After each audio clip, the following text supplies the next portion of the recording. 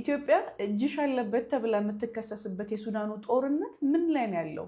መንስኤውስ ምን ነበር? እስቲ እንየው።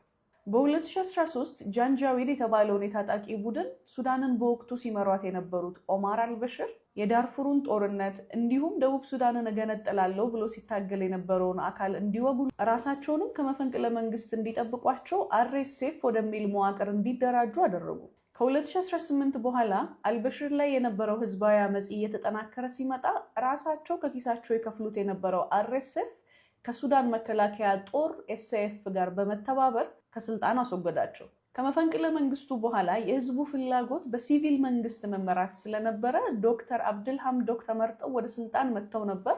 ነገር ግን ከሁለቱ አካላት ጋር መግባባት ባለመቻላቸው የረጋ መንግስት ሳይመሰርቱ በ2021 ከስልጣን ለቀዋል። ከዛ ጊዜ በኋላ እንግዲህ የሱዳን መንግስት ከወታደራዊ መንግስት ወደ ሲቪል መንግስት እንዴት ይሸጋገር፣ አርኤስኤፍ ወደ መንግስታዊ መዋቅር እንዴት ይግባ፣ የአርኤስኤፉ መሪ ሙሐመድ ሄምደቲ ዳጋሎ እና የኤስኤፍ ዋቻቸው አብዱልፈታህ አልቡርሃን የስልጣን ድርሻ እንዴት ይሁን በሚሉ ጉዳዮች ላይ ስምምነት ባለመኖሩ ልዩነታቸው እየሰፋ ሄዶ 4 ዓመታትን ወደ አስቆጠረ ግጭት ተሸጋግሯል። አርኤስኤፍ ምዕራባዊ የሀገሪቷን ክፍል የተቆጣጠረ ሲሆን ወርቅና ሌሎች ማዕድናት የሚወጣባቸውን አካባቢዎች ይዟል። በአንጻሩ ኤስኤፍ ወደቦችን፣ ባንኮችን እና በአጠቃላይ መንግስታዊ መዋቅሩን በመያዝ ምስራቃዊ የሱዳን ክፍል ላይ ብልጫ አለው። በአሁኑ ሰዓት አርኤስኤፍ ኤልኦቤድ የምትባለዋን መካከለኛ ሱዳን ላይ የምትገኘዋን አካባቢ ለመያዝ ጥቃቶችን እየሰነዘረ ነው። ይሄን አካባቢ የሚይዙት ከሆነ መካከለኛው ሱዳን ላይ የሚኖራቸውን ብልጫ ከማጠናከር ባለፈው ወደ ካርቱም ለሚኖራቸው ጉዞ ስትራቴጂክ የሆነ ጠቀሜታ እንደሚኖረው ይነገራል።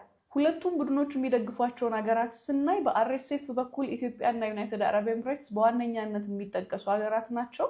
በኤስኤፍ በኩል ደግሞ ግብፅ፣ ኤርትራ፣ ኢራን እና ሳውዲ አረቢያ ይጠቀሳሉ። በዚህ ጦርነት በመቶ ሺህ የሚቆጠሩ ዜጎች ህይወታቸውን አጥተዋል። የዘር ማጥፋት ወንጀል ተፈጽሟል። 12 ሚሊዮን የሚጠጉ ዜጎች አገር ውስጥም ከሀገር ውጭም እንዲሸሹና እንዲፈናቀሉ ሆኗል። ወደ 25 ሚሊዮን የሚጠጉ ሱዳናዊያን ደግሞ የምግብ እርዳታ ያስፈልጋቸዋል። ይሄ ማለት ከሁለት ሱዳናዊያን አንዳቸው አስቸኳይ የሆነ የምግብ እርዳታ ይፈልጋሉ ማለት ነው። ቸር ቆዩን።